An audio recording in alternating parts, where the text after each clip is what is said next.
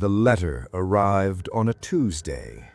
Elias Croft remembered this with peculiar certainty, because Tuesdays were the days his landlady, Mrs. Alderman, boiled turnips, and the entire second floor of the boarding house on Federal Street in Portland smelled of that sweet, earthy vapor that clung to wallpaper and wool alike. He had been sitting at the narrow writing desk beside his window, his surveyor's field journal open to a half-completed set of boundary calculations for a timber lot in Cumberland County, when the envelope slid beneath his door with a dry whisper against the pine floorboards. It was a cream-colored envelope, heavier than ordinary correspondence, bearing the embossed seal of the Maine State Board of Assessors in the upper left corner. He recognized the handwriting immediately, the tight, forward-leaning script of his supervisor, Mr. Harold Pemberton, a man who had spent 31 years measuring the borders of other people's property, and who wrote every letter as though he were drafting a legal brief. Elias set down his pencil, a Dixon Ticonderoga No. 2, worn to a nub, and opened the envelope with his penknife. The letter was dated October 14th, 1903. It read in part, "Mr. Croft, you are hereby assigned to conduct a comprehensive reassessment of property boundaries and tax status for parcel 7714B, Knox County, in the township of Bellhaven Point. Discrepancies have been noted between filings submitted by the present landholder, Dr. Aldous P. Marsh, and records held by the Knox County Registry of Deeds. The parcel in question encompasses the grounds and structures of the Bellhaven Home for Foundling Children, established 1881. You are expected on site no later than October 22nd. Lodging will be arranged at a local establishment. Exercise discretion. H. Pemberton." Elias read the letter twice. He folded it neatly along its original creases and placed it inside his breast pocket of his jacket. Then he turned back to the window and watched the rain fall on Federal Street in long silver threads, and he thought about what the word discretion meant when a man like Harold Pemberton used it. It meant something was wrong, and it meant that someone with influence did not want to be told that something was wrong. He was 36 years old. He had been a county land assessor for 9 of those years, following a brief and uninspiring tenure as a mathematics instructor at a preparatory school in Bangor. He was a man of measurements. He believed in the authority of a plumb line, the honesty of a transit level, the indifferent truth of property stones sunk into the earth 100 years before he was born. He did not believe in rumors or in the particular nervousness that crept into a man's voice when he spoke of a place he did not wish to visit. But in the 5 days between receiving the letter and boarding the morning coach eastward along the coast, he heard the name Bellhaven Point spoken exactly 3 times. Once by a clerk at the registry office, once by a fishmonger near the old port, and once by Mrs. Alderman herself. And each time the speaker's face performed the same subtle contraction, a tightening around the eyes, a flattening of the mouth, as though the name itself carried a faint, unpleasant taste. The journey took the better part of 2 days. He traveled by coach from Portland to Rockland, a bone-rattling passage along roads that deteriorated steadily as the towns grew smaller and the forests pressed closer. The October foliage, which had been a magnificent wash of amber and crimson in the hills above Portland, grew thinner and more ragged as they moved northeast along the coast.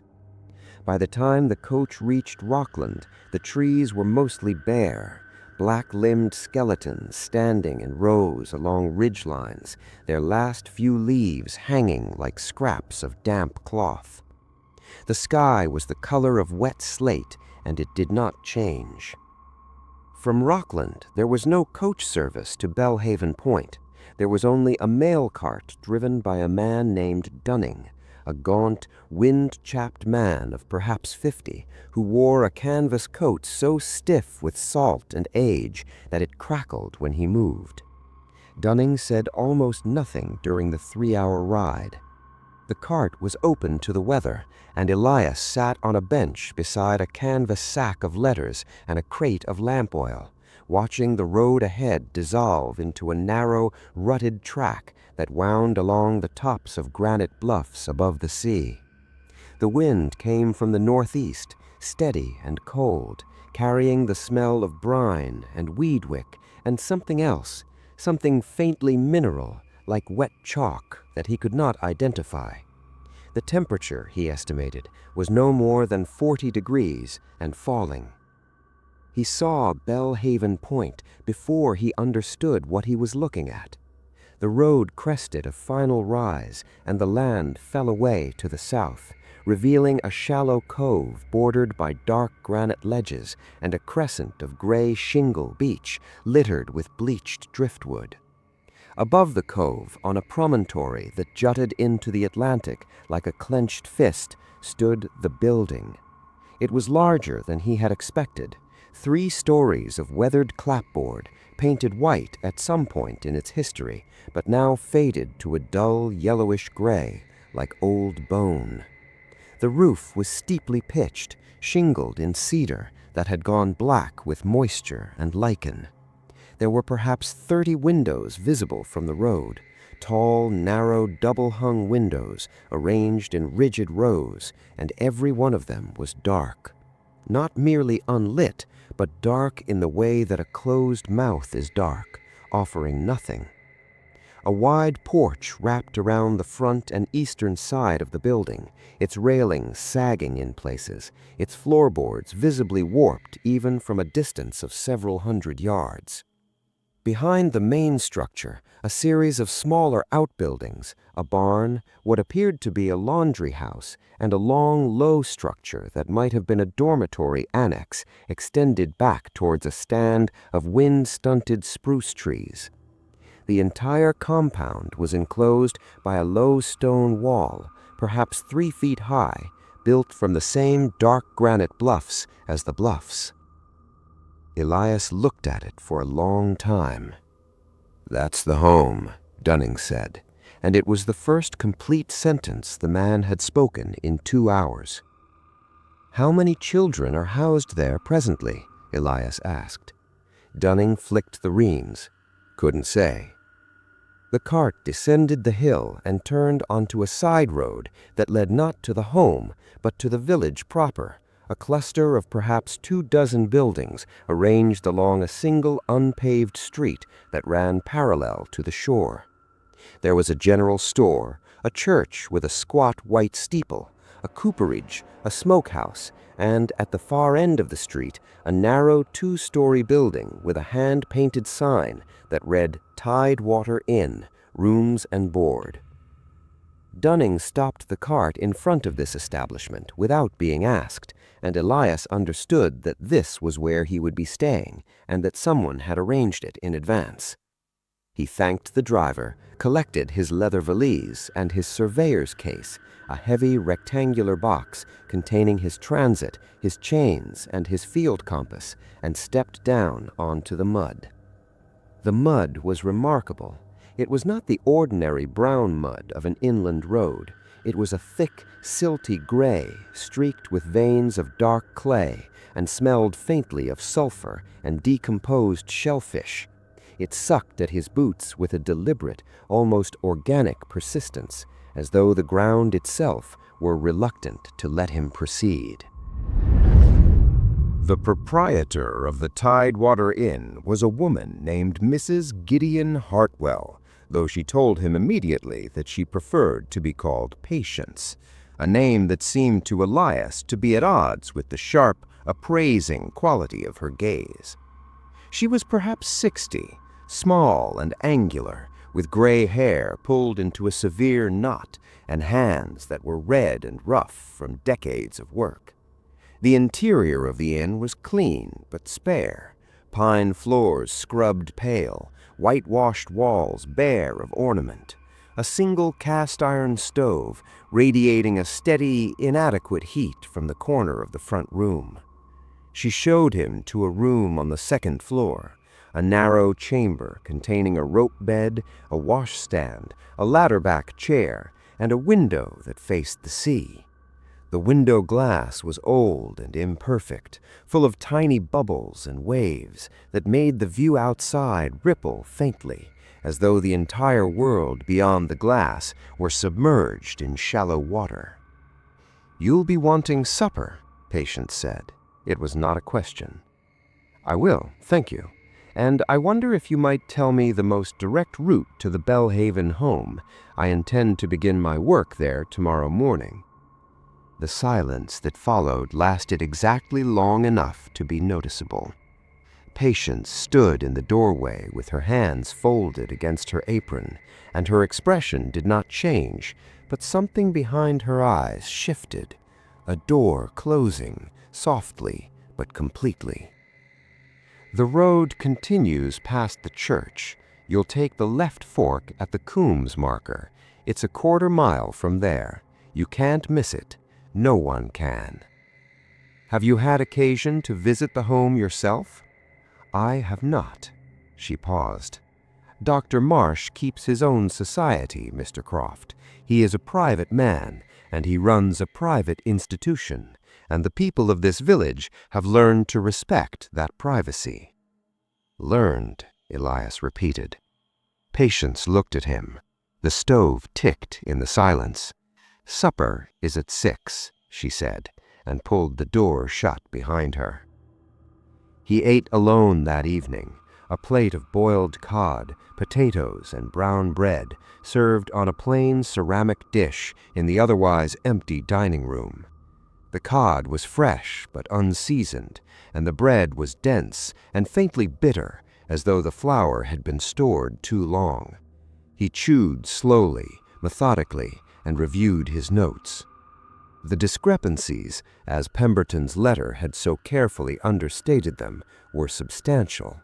According to the filings submitted by Dr. Aldous P. Marsh to the Knox County Registry of Deeds, parcel 7714B had been acquired in 1879 as a 12-acre plot encompassing the promontory and a narrow strip of coastal land. But subsequent filings in 1884, 1889, 1894, and again in 1901 showed the parcel expanding, absorbing adjacent lots, growing like a living thing. By the most recent assessment, the property encompassed nearly 41 acres, extending inland to include meadowland, a portion of the spruce forest, and a rocky pasture that had once belonged to a family named Sutter. The deeds for these acquisitions were on file, technically in order, but the purchase prices listed were absurdly low, in several cases less than $1 per acre, and the sellers' signatures bore a curious uniformity, as though they had all been written by the same hand. Elias turned the page. There was another matter, one that Pemberton had not mentioned in his letter, but had been included in the supplementary file: the census discrepancy. The Bellhaven Home for Foundling Children had been established in 1881 as a charitable institution for orphaned and abandoned children, funded in part by private donation and in part by per capita stipends from the state of Maine. According to annual reports filed by Dr. Marsh to the State Board of Charities, the home had received over a period of 22 years a total of 317 children. The reports listed placements, apprenticeships, and adoptions as the primary means of discharge. But when a junior clerk in the Board of Charities had attempted to verify the discharge records, cross-referencing them with adoption filings, apprenticeship indentures, and municipal records in the towns where the children had supposedly been placed, he had found that nearly 100 of those children could not be accounted for. They had entered the Bellhaven home, and then they had simply ceased to exist in any official record whatsoever. A memorandum had been filed. That memorandum had been forwarded. Eventually, it had reached Harold Pemberton's desk, and Pemberton, who was a careful man, had decided that the first step was to send a land assessor rather than a constable. A land assessor asked questions about property lines and tax rolls. A land assessor did not make accusations. A land assessor could look at everything without appearing to look at anything. Elias closed his notebook and listened to the wind press against the imperfect glass of his window. Below, the sea moved against the granite ledges with a slow, rhythmic exhalation, like the breathing of something vast and indifferent. He set out the following morning under a sky that had not improved. The air was raw and damp, carrying a fine mist that was not quite rain, but that settled on every surface, on his coat, on his hat brim, on the brass fittings of his surveyor's case, in a thin film of moisture. He followed Patience Hartwell's directions, past the church, a white clapboard structure whose steeple rose into the mist and vanished as though the upper portion of the building had been erased. Left at the Coombs marker, a granite post inscribed with a name and a date, Coombs, 1847, and nothing else. And then along a narrow track bordered by stone walls and dead goldenrod, until the Bellhaven home materialized from the fog ahead of him like a ship emerging from a bank of cloud. Up close, the building was worse than it had appeared from the road. The clapboards along the foundation were dark with rising damp, and in several places they had buckled outward, revealing the hand-hewn framing timbers beneath, timbers that were stained a deep fungal green. The porch steps groaned under his weight with a sound that was almost vocal, almost a protest. The front door was heavy oak, fitted with a brass knocker in the shape of a closed fist. He used it. The man who answered was not Dr. Marsh. He was younger, perhaps 40, with a narrow, clean-shaven face and pale blue eyes that possessed a quality Elias had encountered before in certain institutional settings, a watchfulness that masqueraded as courtesy. He wore a dark suit, slightly too large for his frame, and his collar was so white and so stiff that it seemed almost architectural. Mr. Croft, I presume. I am Edmund Hale. I serve as superintendent of daily operations. Dr. Marsh is expecting you, though he is occupied with his medical rounds at present. I am to show you whatever you require. I require access to the property boundaries, all of them, and I will need to review the original deeds, any surveys conducted previously, and the institution's incorporation documents. He smiled. It was a smile that did not reach his eyes, did not even attempt the journey. Of course, we are entirely transparent here, Mr. Croft. We have nothing to hide. The children are our sole concern. As if summoned by the word, he heard them, or rather, he heard the absence of them.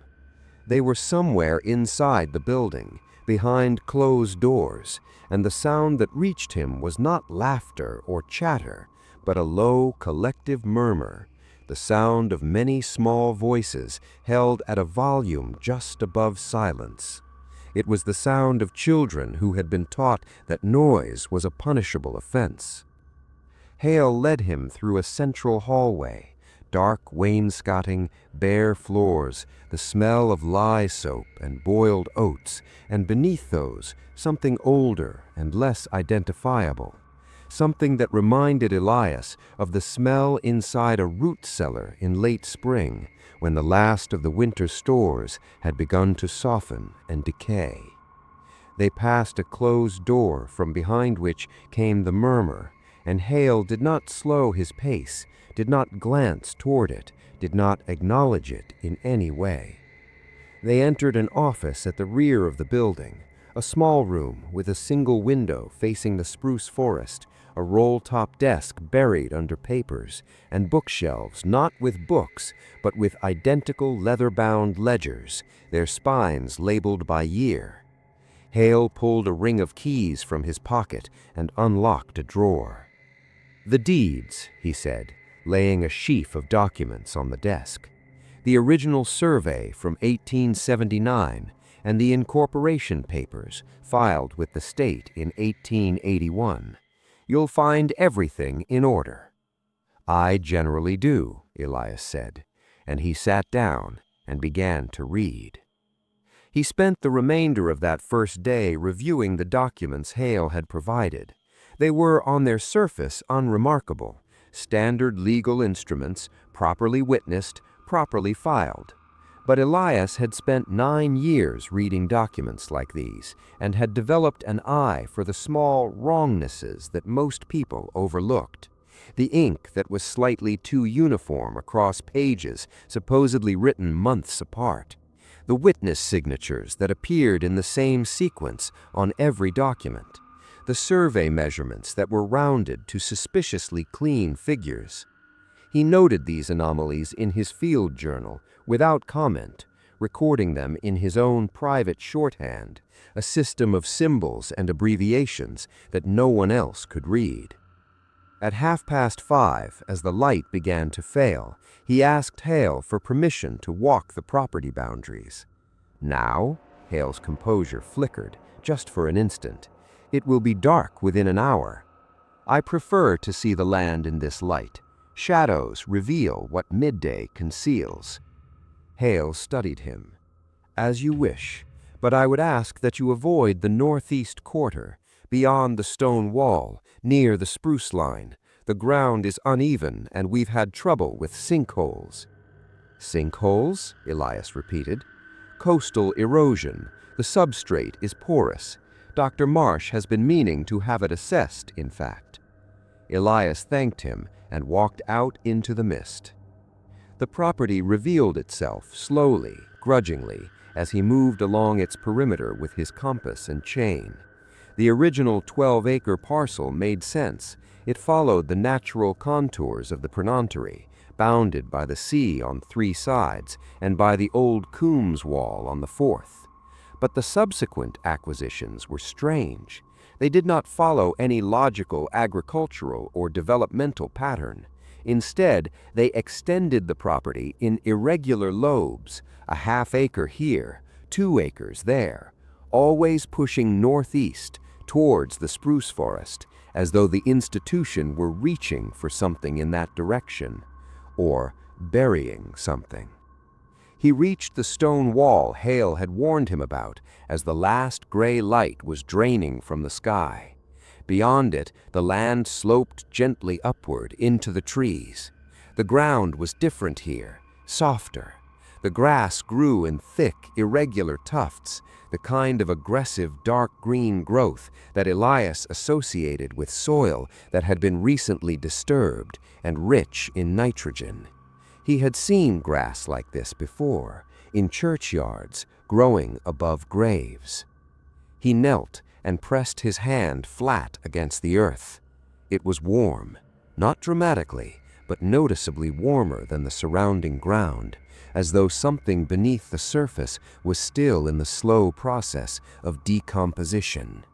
He stood, wiped his hand on his coat, and walked back to the village in the dark. The next morning, he returned to the village general store, a cramped, low-ceilinged establishment operated by a man named Calvin Oakes, who sold everything from salt pork to roofing nails, and who moved behind his counter with the cautious shuffling gait of someone whose knees had long since failed him. Elias purchased a tin of tobacco he did not need and engaged Oakes in what he intended to appear as idle conversation. "I understand the Bellhaven home has been operating for some 20 years now," he said, examining a coil of rope that hung from a ceiling hook. Oakes was weighing out nails on a brass scale. He did not look up. "About that." Dr. Marsh seems well established. Has he been here from the beginning? He has. And the children, they come from elsewhere, I gather. Portland? Bangor? All over. Oakes set the nails in a paper bag and folded the top with mechanical precision. Boston, some of them. New York. The foundling societies send them up. Dr. Marsh takes them in, raises them, places them out. That's the arrangement. A generous arrangement. It is. And when they're placed out, these children, where do they go? Oakes finally looked up. His eyes were small and deeply set, bracketed by wrinkles so numerous and so deeply etched that his face resembled a topographical map of difficult terrain. Farms, mostly, inland. Some go to the quarries up in Bellhaven, some to the sardine factories. They go where they're needed. At what age? 8, 9, depends on their size. Elias let a silence develop. He had learned over years of field work that silence was the most effective surveyor's tool he possessed, more precise than any transit, more revealing than any chain. People filled silence like water filled a hole, inevitably, and in the shape of whatever truth they were trying to contain. Oakes filled it. They're fed, they're clothed, they're given work. That's more than most of them had before they came here. Dr. Marsh is doing a Christian service, Mr. Croft, whatever you or anyone else in Augusta might think. I'm from Portland, actually, and I think nothing at all. I measure land. Oakes looked at him a moment longer, then returned to his nails. That afternoon, he found the second voice he needed, not in the village, but on the road between the village and the home. She was an elderly woman walking slowly toward the church with a basket of dried flowers, and she introduced herself as Mrs. Alma Sutter. The name struck him immediately. Sutter was the name on one of the deeds, the families whose pasture land had been absorbed into the Bellhaven parcel. My husband sold that land to Dr. Marsh in 1894, she said, when he asked. Her voice was thin and papery, but steady. Sold it for almost nothing, $30 for 6 acres of good pasture. Why would he accept such a price? Alma Sutter stopped walking. They stood in the middle of the road, the mist curling around their ankles. She was very small, barely 5 feet tall, and her face was a map of exhaustion, not the exhaustion of a single sleepless night, but the exhaustion of years spent carrying a knowledge too heavy and too dangerous to set down. There was a girl, she said quietly, a girl of about 12. She came to our door one night in the winter of 1896. She had no shoes. Her feet were bleeding. She said she had run from the home, and she begged her not to send her back. She said, Alma stopped. Her hands tightened on the basket. The children who got sick were taken to the cellar, and the children who went to the cellar did not come back upstairs. What did you do? My husband brought her inside. He gave her warm milk and wrapped her feet. He said he would go to the constable in the morning. But in the morning, Mr. Hale came with 2 men, and they took the girl, and they told my husband that the child was disturbed, that she was prone to fantasies, that she had been unfit by a physician.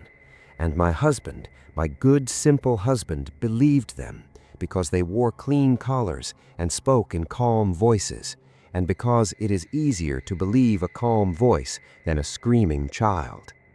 She was crying now, silently, the tears tracking down the deep lines of her face without any change in her expression, as though the grief had become so familiar that it no longer required the participation of her features. What happened to the girl? Elias asked. I don't know. I never saw her again. No one did. Elias returned to the home the following morning and requested access to the annual reports and the intake ledgers.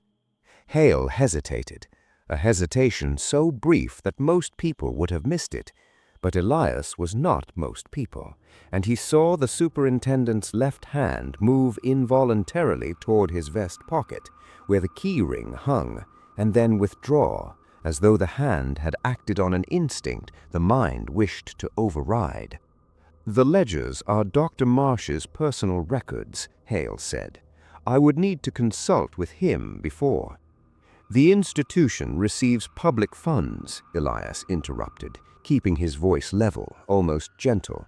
"The State Board of Charities requires that intake and discharge records be available for inspection upon request.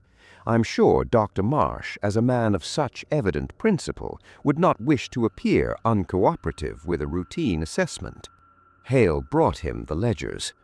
There were 14 of them, spanning the years 1881 to 1903, each bound in dark brown calfskin, with the year stamped in gold on the spine.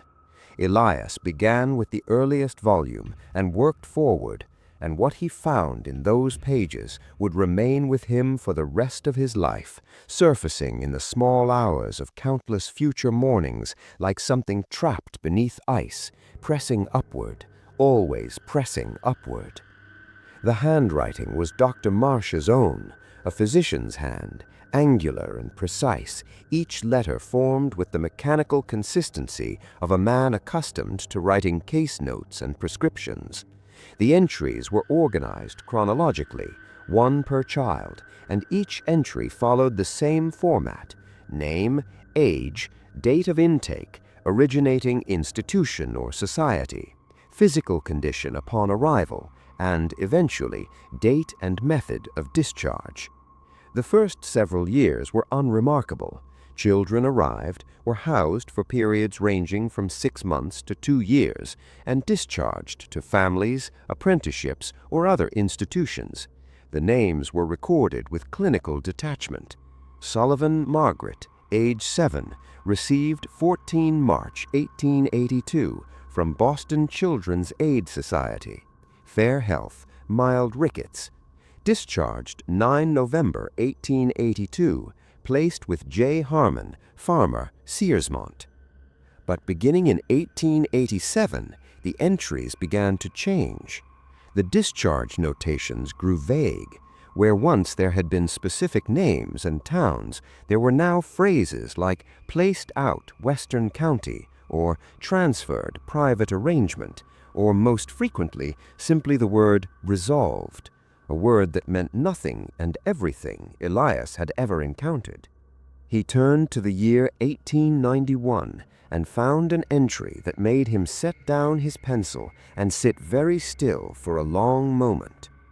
Corrigan, Thomas, age 9, received 2nd January 1891 from New York Foundling Hospital. Condition upon arrival: malnourished, evidence of prior neglect, persistent cough. 4th February, cough worsened, confined to infirmary. 19th February, transferred to lower facility for specialized treatment. 22nd February, resolved. Lower facility. He read the words again. Lower facility. The home had no lower facility, no basement ward, no subterranean infirmary in any of its architectural plans or incorporation documents.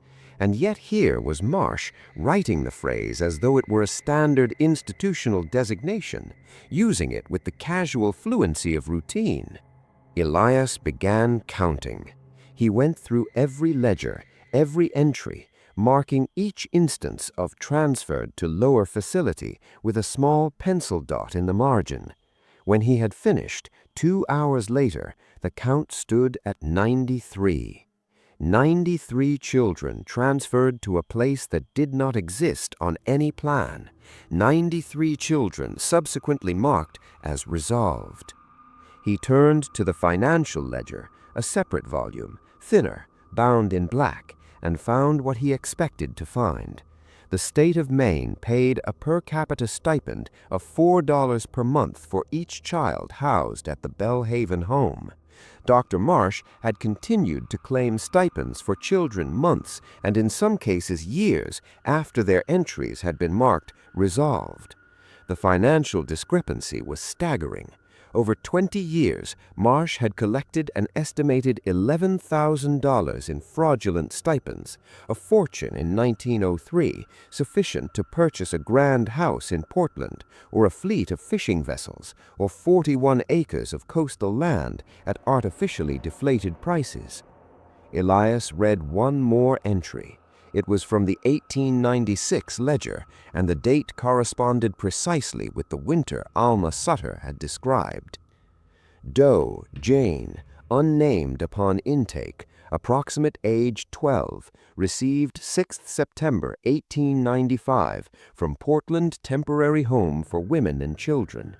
Condition, healthy, unusually willful, resistant to discipline. 3rd December, administered corrective confinement, 48 hours.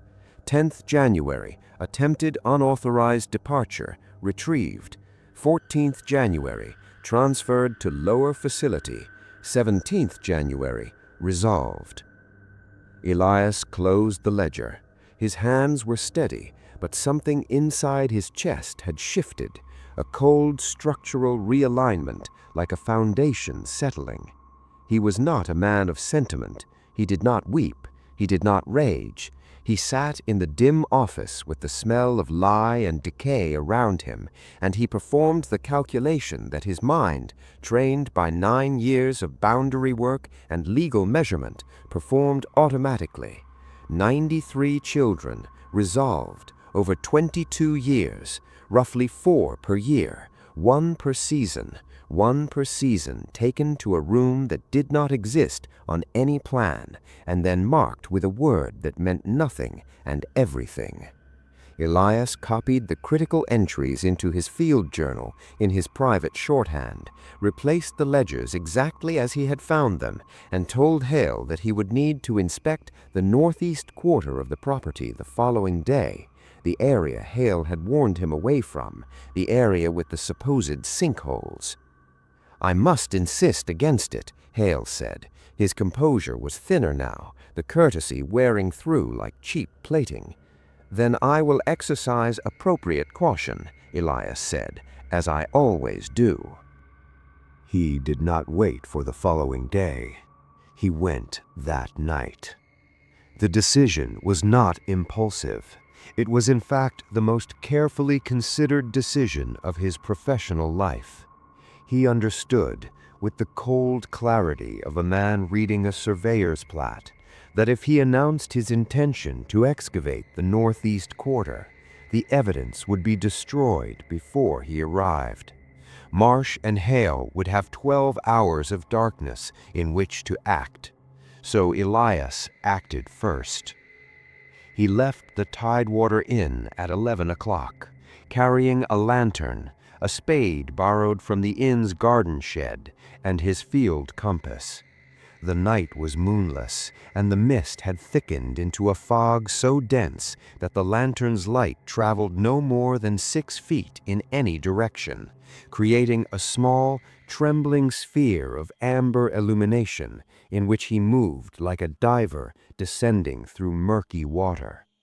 The sea was audible but invisible, a vast, rhythmic presence somewhere to his left, breathing against the rocks with a sound that was neither comforting nor threatening, but simply terribly indifferent. He followed the stone wall northeast, counting his paces, a habit so deeply ingrained that he could not have stopped it if he had tried. The grass changed beneath his boots at 412 paces, becoming thicker, softer, and oddly spongy, as though the soil beneath it were not fully compacted. The warmth he had felt the previous day was still present, a faint but unmistakable radiation rising through the earth, the residual heat of organic decomposition occurring just below the surface. He chose a spot at random, or not quite at random, because he chose a place where the grass was tallest and greenest, where the earth seemed to swell slightly upward in a rectangular shape approximately 3 feet wide and 5 feet long. He set the lantern on the stone wall, removed his coat, and began to dig. The soil was loose. That was the first thing he noticed. It was not the dense, root-laced, stone-threaded soil of coastal Maine. It was soft, dark, almost loamy, and it yielded to the spade with an ease that itself was a kind of testimony. Someone had dug here before. Someone had turned this earth, filled it back in, and let the grass grow over it. And the grass had grown with the dark, vigorous enthusiasm of vegetation feeding on rich organic matter. He dug for 40 minutes. The fog pressed in around him. The sound of the spade entering the earth and the soft thud of soil being deposited beside the hole were the only sounds in the world. His shoulders ached. His hands, despite their calluses, began to blister against the wooden handle. The smell changed as he went deeper, the clean mineral scent of surface soil giving way to something thicker, sweeter, and more terrible. It was the smell of advanced decay, the smell of flesh returning to earth, and it rose from the deepening hole in waves that made his eyes water and his throat constrict. At a depth of approximately 3 feet, the spade struck something that was not soil and not stone. The sound it made was dull and hollow, like a knuckle rapping on a wooden box. Elias stopped digging. He knelt at the edge of the hole and lowered the lantern. The amber light fell on a surface of rough pine planking, the lid of a box, crudely constructed, the boards warped and darkened with moisture. It was small, much too small for an adult. He used the edge of the spade to pry up one of the boards. It came away easily, the nails pulling free from the rotting wood with a soft, wet sound. Inside, he saw what remained of a child. He did not look away. He did not permit himself that mercy. He looked, and he recorded what he saw with the same meticulous precision with which he recorded property boundaries and compass bearings, because the child deserved to be measured, to be acknowledged in exact and specific detail by at least one living person on this earth. The remains were skeletal largely, but not entirely. Scraps of fabric still clung to the bones, a coarse gray cloth that he recognized as the institutional uniform visible in the home's annual reports. The skeleton was small. The long bones were thin. The skull rested at an angle against the side of the box, and in the uncertain lantern light, the empty orbits seemed to gaze upward at the fog with an expression that was not accusation and not sorrow, but something worse, patience.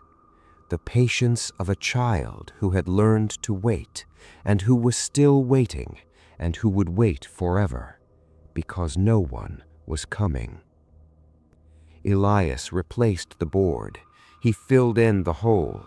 He tamped down the earth with the flat of the spade and rearranged the grass as best he could. Then he walked across the northeast quarter in a systematic grid pattern, counting the rectangular depressions. He found 37. There were likely more beneath the spruce trees, where the ground was obscured by decades of fallen needles, but the fog was impenetrable in the forest, and he had seen enough. 37 visible graves. 93 entries marked resolved. The arithmetic was not yet complete, and it would not be complete for a long time, but the shape of it was clear and as brutal as a property line drawn through a family's land.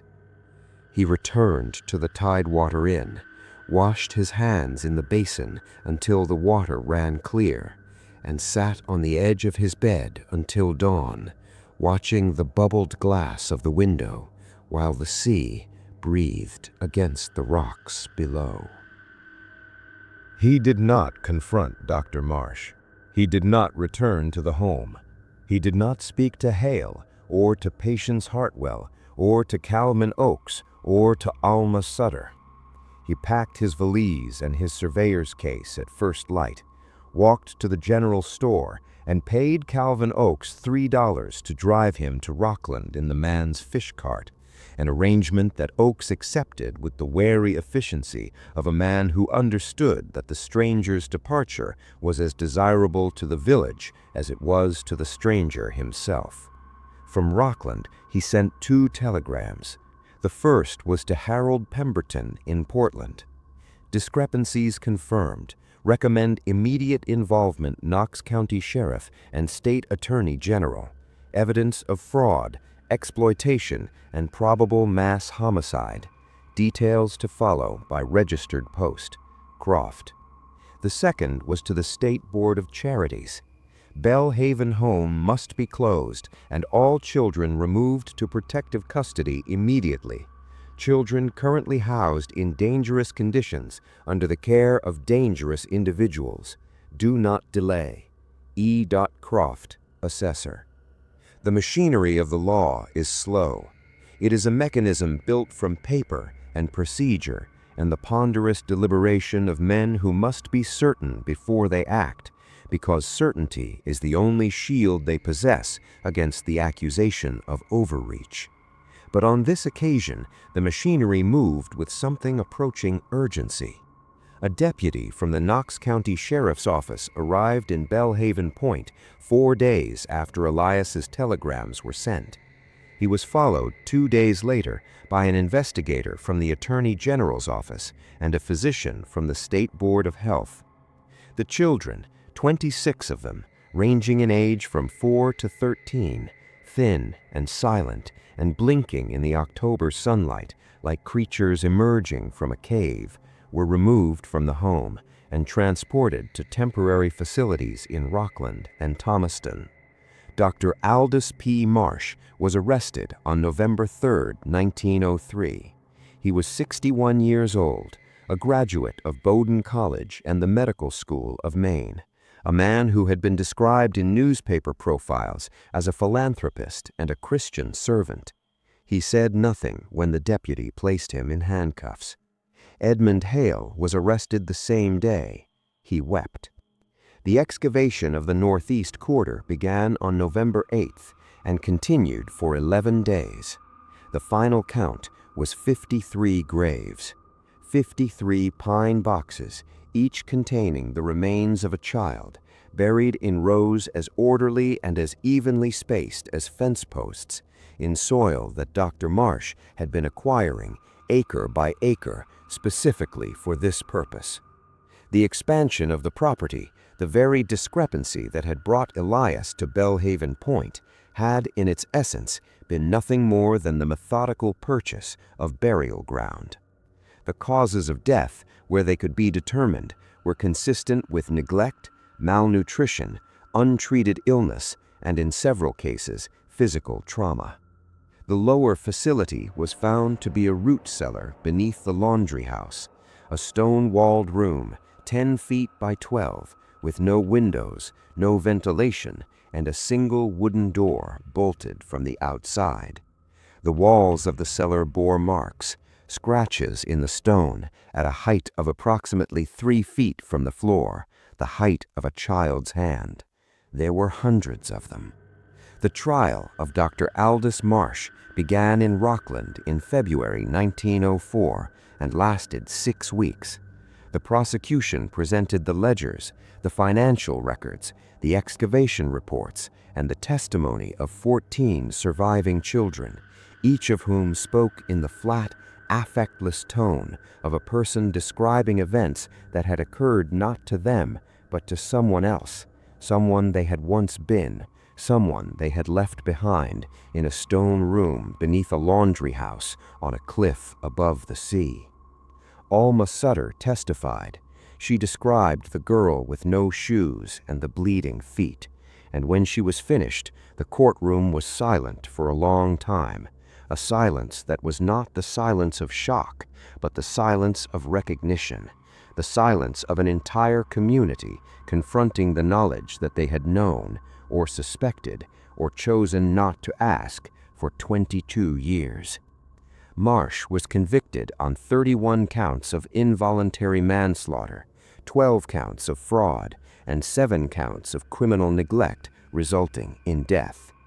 He was sentenced to life imprisonment at the Maine State Prison in Thomaston. He died there in 1911 of pneumonia in a cell that measured 6 feet by 9, smaller than the cellar, but not by much. Edmund Hale received a sentence of 20 years. He served 14 and was released in 1918. He moved to New Hampshire and lived under a different name. He died in 1932 and was buried in an unmarked grave, a detail that possesses perhaps a symmetry too cruel to be called justice. The Bellhaven Home for Foundling Children was demolished in 1905. The land was never resold. For years afterward, the promontory stood empty, the foundation stones slowly sinking into the earth, the cellar filling with rainwater and fallen leaves.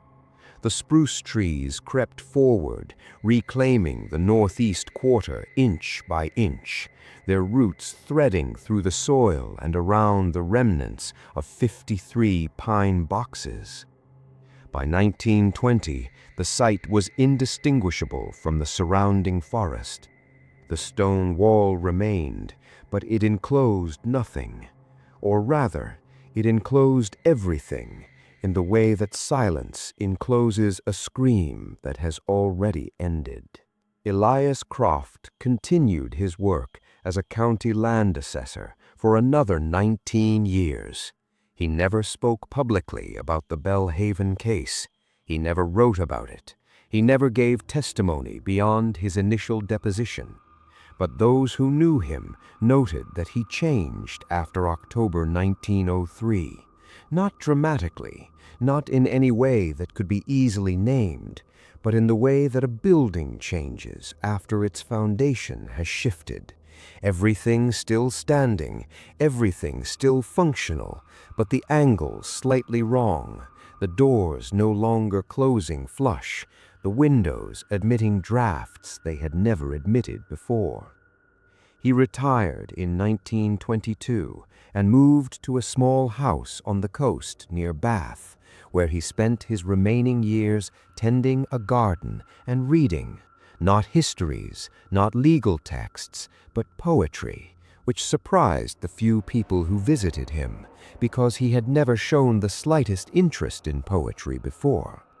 When asked about this, he said only that poetry was the one form of language that did not pretend to be precise, and that he had spent enough of his life believing that precision was the same thing as truth. He died in 1934 at the age of 67. Among his effects was found a single surveyor's field journal, its pages filled with his private shorthand, which no one could decipher. The journal was donated to the Knox County Historical Society, where it sat on a shelf for decades, unopened, unread, its meaning locked inside a code that its author had carried to his grave. One more silence added to the vast, accumulating silence that settles over every act of cruelty that the world has decided it would rather not remember. And this, perhaps, is the most enduring horror of Bellhaven Point. Not the cellar, not the graves, not the ledger with its terrible arithmetic, but the silence, the 22 years of silence. The silence of Patience Hartwell, who never visited the home. The silence of Calvin Oakes, who weighed his nails and sold his salt pork and did not ask where the children went. The silence of the foundling societies in Boston and New York, who shipped children northward into the fog and never inquired about what happened when they arrived. the silence of the State Board of Charities, which accepted Dr. Marsh's annual reports without question for 20 decades, because the reports were neatly typed and the numbers appeared to add up. The silence of an entire system, a system built not from malice, but from convenience, from the simple human preference for a world in which someone else is handling the unpleasant details, in which the children are someone else's responsibility, in which the calm voice of a man in a clean collar is more credible than the bleeding feet of a 12-year-old girl running through the snow. We tell ourselves that monsters are rare, that evil is an aberration, a fracture in the natural order, something that can be identified and isolated and removed like a tumor from otherwise healthy tissue. But the truth that Bellhaven Point whispers, and it does whisper if you stand on that empty promontory in October, when the fog rolls in and the spruce trees sway and the sea breathes against the granite with its ancient, indifferent rhythm. The truth it whispers is far worse. The monster was not Dr. Marsh. Dr. Marsh was merely the instrument. The monster was the silence. The monster was the community that chose not to see, the institutions that chose not to verify, the ordinary decent people who weighed their nails and boiled their turnips and walked past the home on the cliff and thought, surely someone is watching over those children. Surely someone would know if something were wrong. No one was watching. No one wanted to know. And 53 children were buried in rows as neat as fence posts, in soil purchased for the purpose, their names recorded in a ledger and then erased from the world by a single annihilating word: resolved. The fog still comes to Bellhaven Point. It comes every October, thick and gray and smelling of brine and wet chalk, and it settles over the promontory and the spruce trees and the stone wall that encloses nothing. And it stays. It stays for days sometimes, pressing against the land like a hand pressed against a wound, holding something in or holding something down. The locals do not speak of it. They have never spoken of it, and their silence, which has lasted now for over a century, is itself a kind of grave, unmarked, unmeasured, and deeper than any assessor's chain could ever reach.